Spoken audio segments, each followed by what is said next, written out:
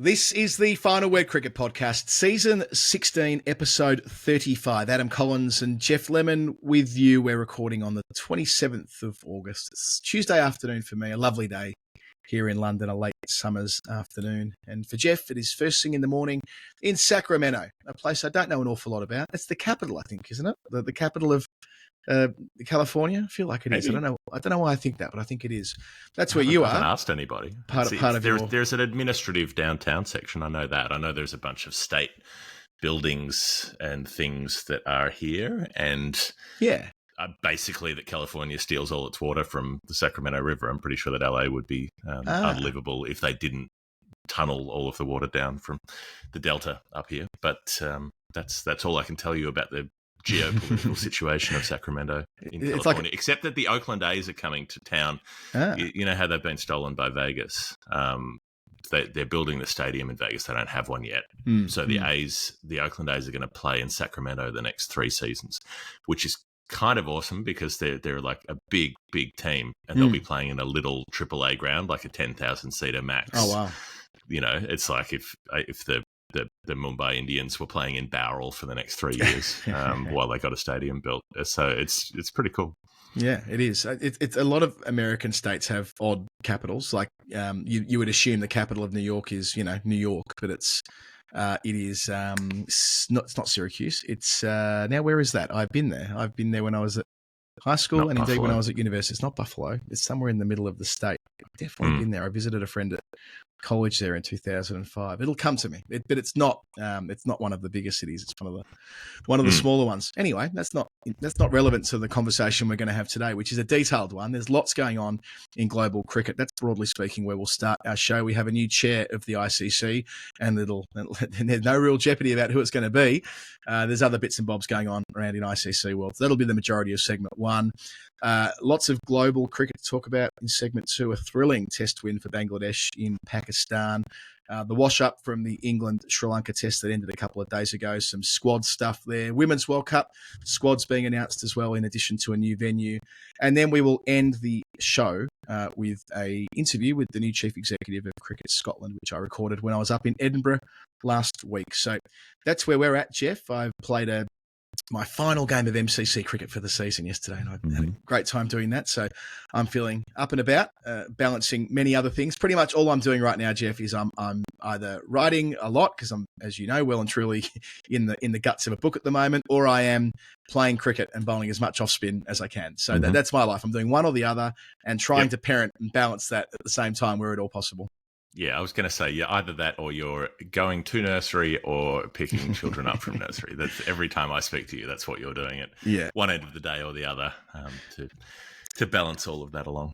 And I should mention as well, a teammate of mine, Roger Bolstridge, who I've played with a bit this year, took his 350th wicket for the club last year, which means nothing in terms of milestones. I know you don't quite like when we celebrate 50s, 150s, but he's one of these wonderful guys who you meet. He's played 60 games of cricket this year.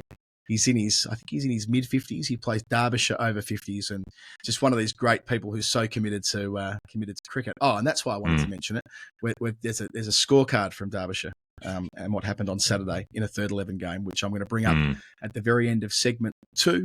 In terms of other final word bits and pieces before we get into it, our Mark Nicholas interview went up about 36 hours before this episode's gone live. So if you haven't had a chance to listen to that, I'd encourage you to do so, dear listener. There's quite a bit there. Like, there's all the stuff you'd expect in one of our kind of life in cricket interviews that we've been doing for years and years. But there's quite a lot of sort of stuff that's relevant to conversations that you and I have on a weekly basis, be it the future of Test cricket, where international cricket full stop might be in 5 or 10 or 20 years' time, MCC's role in all of that, but also the fact that MCC are a co-owner of the London Spirit and what that means in the really short term as they prepare to sell the thing next month. So if any of these topics are of interest to you, then I would recommend listening to the interview that we popped up yesterday.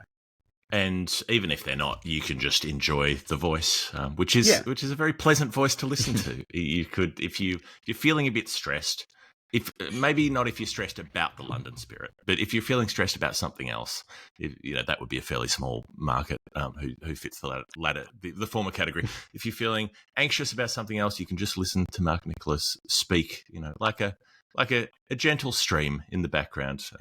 tinkling away, a crystal brook, if you will. He should get work as like voicing the Headspace app, like the Mark Nicholas version of the Headspace meditation app would go down brilliantly, I reckon. With he's very, as you say, very gentle and considered and deep voice. Sitting opposite him, you kind of soaked up in all of that. Yeah, really enjoyed talking to him. And I suppose it'll be one of those interviews that we do pretty routinely now, I'd say, because he's got quite a big job and we have access to him. So let's make the most of that. I might see you in a couple of weeks, Jeff, because I suppose it's within the realms of possibility that Hawthorn and Geelong will play in the grand final. And if that were to be the case, you will fly home from America and I will fly home from London and we'll both be at the MCG, right? Like we could play each other in week 2 or week 4. There are any number of combinations, but it's within the realms of possibility. We will meet on the final Saturday of September. It could happen, yes, depending how. If it's a week 2 situation, then it won't. If that collision avoids, I don't even want to think about it. I've told you before, I don't enjoy watching football. I don't enjoy watching a sport that I have an emotional investment in. That's why I like cricket, because I don't care who wins. I just like watching the game. So yeah, I just feel broadly sick at the prospect of finals now. Something about the possibility of success makes it feel even worse. Not me. I'm pumped. You love it. Great. Yeah, well, I know that feeling. People. But I know that feeling of entering September and feeling a bit like expectations are heaped on the team you follow shoulders. We have none of that. We're just those plucky upstarts. This is you got nothing to lose. Really don't have anything. No one thought this was going to happen. It's been a wonderful ride. I don't think I've enjoyed a regular season as much as this ever. So if we make the prelim, that'll be when I'm tempted to, see what's possible in terms of getting home for a little bit. We'll see. I'm not completely committed to coming home for the prelim, but the grand final, you've got to. It's a pilgrimage. And if Geelong made it, you do it. If Hawthorn make it, I do it. It's how we're hardwired. It's what we do as football people. And another footy person as well, by the way, Jeff, I didn't want to get too deep into the show without, and this is, there's no other way than segueing into this, the very tragic, most tragic passing of our colleague Sam Landsberger last week in a road accident in Melbourne. This was awful news. To think that someone who was so full of life, who we had a great time touring with in 2019, he did both the World Cup and parts of the Ashes through that magical 2019 summer that you wrote a book about, Jeff, and so many of our memories are anchored to what happened through that summer. And Sam was present through all of it, and he didn't just cover cricket for one summer. He did a wonderful job revolutionising the way the Big Bash was covered. He was the first person that treated the Big Bash like a proper serious round. I think Pete Lawler made this point in his obituary as well that he wrote during the week, or his tribute, I should say. To see something so horrendous happen to someone who had so much to offer, and being footy fans, I read so much of his football work as well and loved his analysis. And that's not why it's tragic. It's tragic because he's a young man cut down in his prime. But that connection that we had with him as a colleague in the press box, it's just a horrible thing. Yeah, it's tragic in the sense that it's infuriating as well that somebody who's 35 and who's just full of life and full of enthusiasm, it just has such a shitty slice of luck, and it ends up going that way. You go between feeling sad about it and feeling angry about it. But it's one of the other feelings I've had during the week, and I've kind of enjoyed this, because I got the feeling maybe Sam would have enjoyed this, is everybody being very, very earnest about this, and I understand why they are, but he was just not an earnest guy. I thought in a way he would have enjoyed the fact that people were taking this very serious approach to him when he was somebody who was, Sam was loose. He was great fun to be around because he was just willing to throw himself into whatever was happening, not take it seriously, take the piss out of it. There was always a gag. There was always a punchline. There was always something fun going on. And so I kind of imagined how he would have been taking the piss out of the coverage of his own situation, that he might have found something amusing in there. And so that's a thread that I've been holding on to. I know it was a massive funeral a couple of days ago, and a lot of our colleagues were there as well to say their goodbyes. And rest in peace, Sam. You were an absolute beaut. Jeff, as we get into the agenda that we have ahead of us today, our lead story has been confirmed in the last 20 minutes or half an hour, which very, very rarely happens with us. Over the years, we've had a habit of hitting stop on our recorder and the biggest news of the month breaks or something like that. But we knew this was coming. It's been well trailed. Dan Breddig's been writing about it extensively during the week. We were leading the show with it anyway. Jay Shah is the new independent chair of the ICC. I note that term independent chair was stressed with a capital I and a capital C in the first line of the media release. Elected unopposed. The release goes on to explain that he's been the BCCI honorary secretary since October 2019 and chair of the Asian Cricket Council since January 21. And he'll take on this role on the 1st of December 2024. He was the only nominee once Greg Barclay decided not to have a third go, bearing in mind that Barclay had that provision. He's done it twice. You get 2-year terms. The chat is that this will be a 3-year term. There's in one of Brettig's pieces that Jay Shah, who'd reached the end of his term limits with the BCCI, will now go to the ICC with an extended term limit. I must admit, constitutional amendment is the word that's on the cards. And even though we knew this was going to happen, and we're going to have a conversation about Jay Shah that goes beyond the superficial over the next couple of years when he's in this role. And there's some stuff last week which is worth remarking upon as well. The humour of this, it did remind me of a lot of factional ALP elections I was involved in when I was younger, where you simply take the number of positions being elected and find the amount of candidates who you wish to run, and that is your election. In other words, you don't have a ballot. It would be in no one's interest, once it was clear that the ECB and CA were backing in Jay Shah, and probably every country, I would have thought, there was never any chance of this being a contested election. So the consolidation of power will be further enhanced, further solidified with this over the next, maybe 3 years. And I saw a little bit of argument going back and forth that the language was not accurate because Greg Barclay decided not to run for the third term that he was eligible for. He did not. He did not decide to do that. He was informed that it would be. Well, he decided not to when he was told that nobody would vote for him. Yeah, this was the first report last week that he lost the numbers, and it's like, again, to stick with the theme from before, if you've lost the numbers and you're running for pre-selection somewhere, what's the point in running? You're done. Is it a resignation if they've told you that they're going to sack you if you don't write the resignation letter? Yes. There is an academic difference between the understanding of the terminology, but it is effectively the same thing. Is it have you volunteered if they've told you that they will shoot somebody if you don't volunteer? That kind of thing. So, Greg has been sent to live on the big farm upstate where he will have a lot of room to run around. Where the farm is? It's in Albany, the capital of New York. Albany. There we go. It's on the list with like Brasilia being the capital of Brazil or Wellington being the capital of New Zealand, the unexpected ones. What's the Canadian one? Is it Ottawa? Ottawa. Who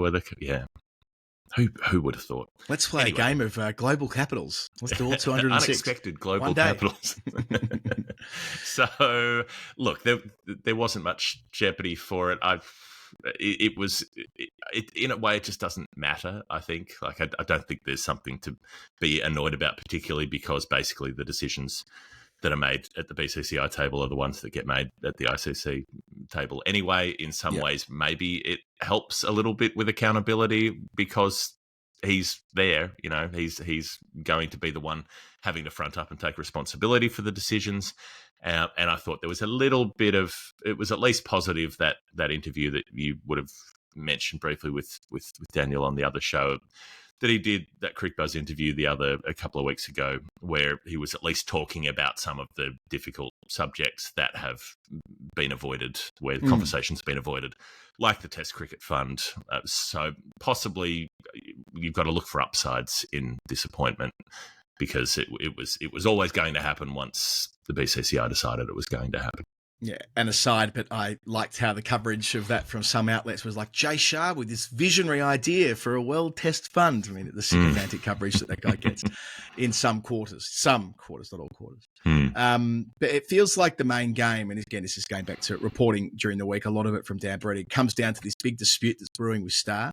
So just to recap. This is massive. Yeah, this feels really big. There's the $3 billion ICC TV deal that runs between 2024 and 2027, but now Star are looking to renegotiate. Their original plan was to on-sell it, and the on-selling didn't quite work because one of their partners merged, and thus there was not the appetite for it to play out in quite the way. Well, it didn't merge, so, and I think Sony was the other partner who didn't want to play ball in quite this way. There's ZTV was supposed to merge with Sony, and they were going to form a conglomerate that would pay a bunch of the cost in on-selling that merger collapsed, so CTV doesn't have enough money to do it. They've bailed out.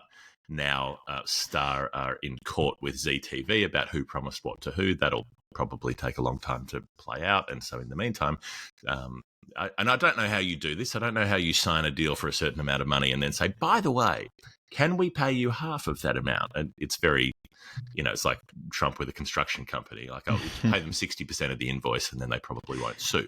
So, but I think I think the general read on it is that the ICC could be hard ass and hold them to the terms of the contract exactly and could make them cough up, but that potentially damages the next round because they want a wealthy bidder in the next round when that comes up. So it's like, do you take a shorter term hit in order to give yourself a better longer term prospect?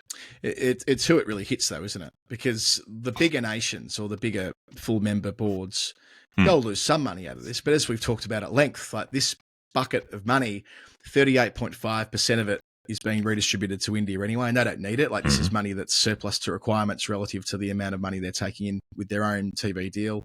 CA have inked a 7-year arrangement with Foxtel and Channel 7, which is bigger than their previous deal. The ECB have an enormous arrangement with Sky and BBC as their main broadcast partners. Where this hurts is the countries where their ICC allotment does make up so much of their ongoing recurrent funding. And it's been put that, countries like South Africa are going to fall foul of this. The West Indies, Sri Lanka, the usual suspects, really, those who aren't in the big three, the small seven, as Neil Manthorpe called them, and not just them either, associate nations. We spoke to Warren Dootram about what this funding increase would mean for Cricket Island over the next few years. Well, if that's not there, then what does that mean for their spending when they're already walking on a tightrope? We're talking to Cricket Scotland in this episode later today. I'm sure there's a similar conversation going on in the four walls of their offices right now. So, Pakistan have got to host the Champions Trophy last year, and Dan made the point in his piece that they're upgrading their stadia right now for that Champions Trophy. Using that. Probably using that bucket of money. They are. That's what they're using their funding for. That is the assumption that will continue. Right. So, this is a big challenge, and having now got his hands formally on the levers of power at ICC Towers in Dubai, it'll be presumably the first thing on Jay Shah's to-do list, which is getting this sorted out. Because if he can't, that's going to leave them in a real spot of bother in a sport that's got plenty of money washing around. And again, coming back to the interview we did with Mark Nicholas and whether there should be more of that money distributed out to other nations anyway, which we've always argued for. If the pot gets smaller, who's going to get hurt? It's always going to be the smaller guys relative to what they've got in wealth sitting in the bank right now.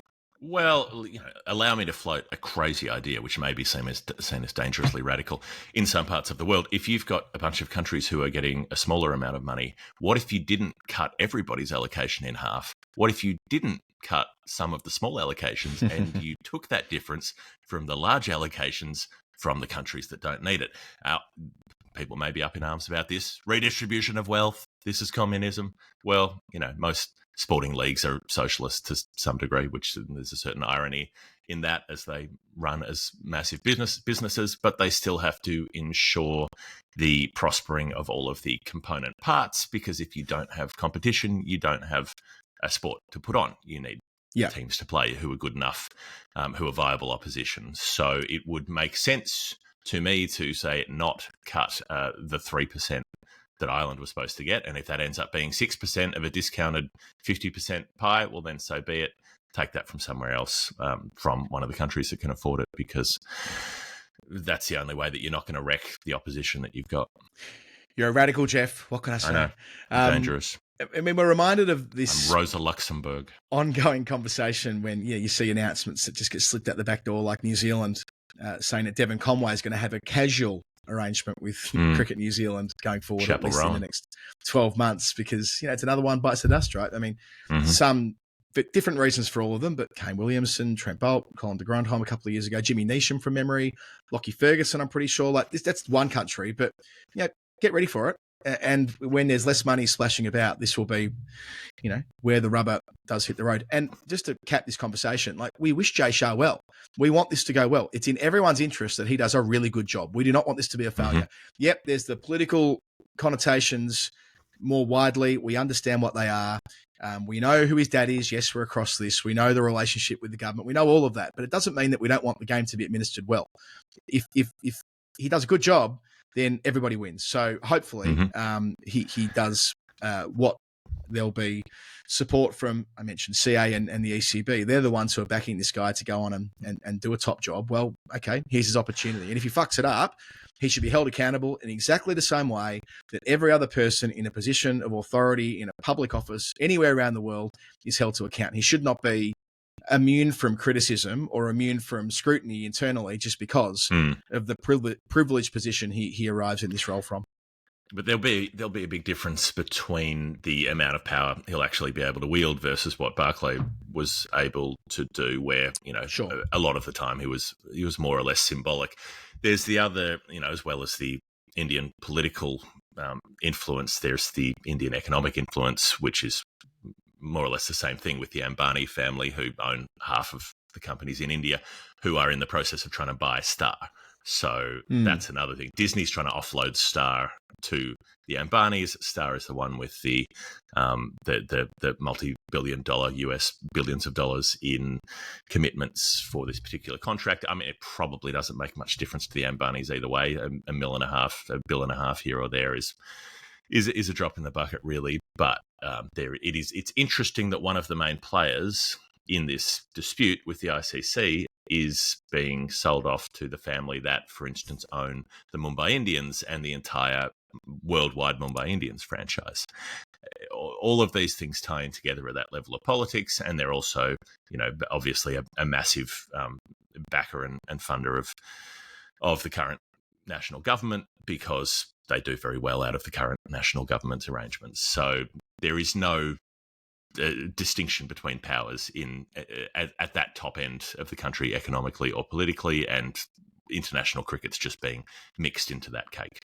And the Mumbai Indians, who are reportedly looking to buy the London Spirit, who we talked about at the start of the show, and they'll have a foothold there in the domestic arrangements of English cricket in turn. So quite a bit to digest there, but a conversation that we'll keep having. On other global matters, the Women's World Cup has formally been moved away from Bangladesh. We expected this, of course. There was reports last week that Zimbabwe were having a dart at it because of their climate. And that didn't seem like a bad idea to me, but this was the inevitable outcome once Jay Shah said in that same interview a couple of weeks ago that India didn't fancy hosting back-to-back women's tournaments. So, to the UAE we're off to, which is not an unusual thing when tournaments get moved. Sharjah and Dubai will be the hosts, not Abu Dhabi, which is interesting. That's where the qualifier for this World Cup was, in Abu Dhabi. Bangladesh still retain hosting rights, said the press release. I'm not sure what that means exactly. Presumably some of the windfall or whatever percentage of the windfall they were going to get for being hosts, they'll still have. But ultimately UAE is where we go. UAE. Well, the $14 they'll get from ticket sales in the UAE will go to Bangladesh. Well, this was what I said. That is potentially a blow, because they probably would have got good crowds in Bangladesh. Totally. There would have been interest in international cricket, and not just when the Bangladesh women were playing, but for other high-ranking teams. Why wouldn't people turn out to World Cup games? So there would have been some revenue there that's going to be lost. Oh, I agree. This is part of the reason last week with Daniel, I was arguing they should do it in England.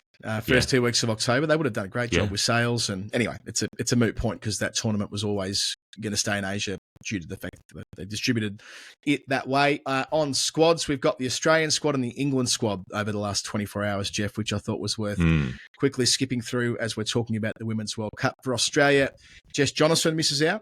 Heather Graham as well, but Jonathan's probably the big one there. They're shooting for 4 out of 4. Well, sorry, 4 on the trot in this particular tournament that runs starting in the Caribbean in 2018.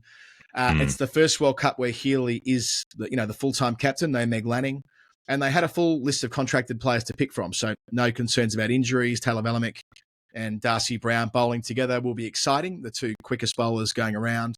And Australia, the main structural point. And look, Jess Jonathan has been in and out of the Aussie teams over the last 24 months. She's been sidelined over this last 9 months or so. It's a bit longer than that, I think. Yeah. It's more like when she has played, she's still done well. She made a half century in the 100 final a couple of weeks ago. But you go down that team sheet, you can see what they're endeavouring to do, right? It's a team blessed with lots of capable spinners. Sophie Molyneux came back in for Jonathan last year, but we know that Georgia Wareham is someone they love in the shortest form of the game. We know Alana King has jumped up the pecking order in the last couple of years as the second leg spinner. They've got Ash Gardner, who might be the best spinner of the lot, and she's already batting inside the top 4 in T20 cricket. So they've got every base covered.